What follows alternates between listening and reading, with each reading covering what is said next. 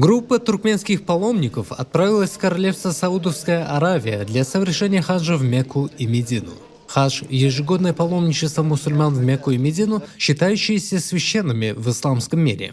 Перед отправлением паломники посетили столичную мечеть Хазрати Омара, открытую в 2018 году в Ашхабаде, где совершили молитву о здравии президента страны и героя Аркадага за создание необходимых условий для совершения хаджа и его исполнения по воле Аллаха, а также благополучного возвращения на родину.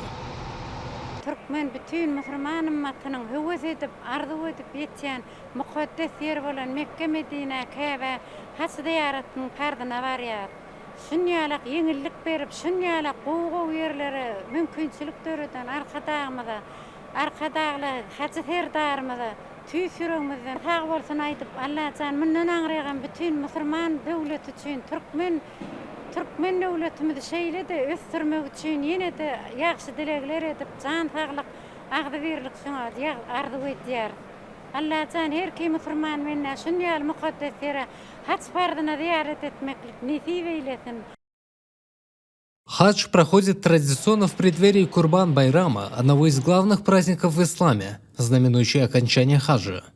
Паломники будут находиться в Мекке и Медине, где преклонятся перед священной Каабой и выполнят другие ритуалы.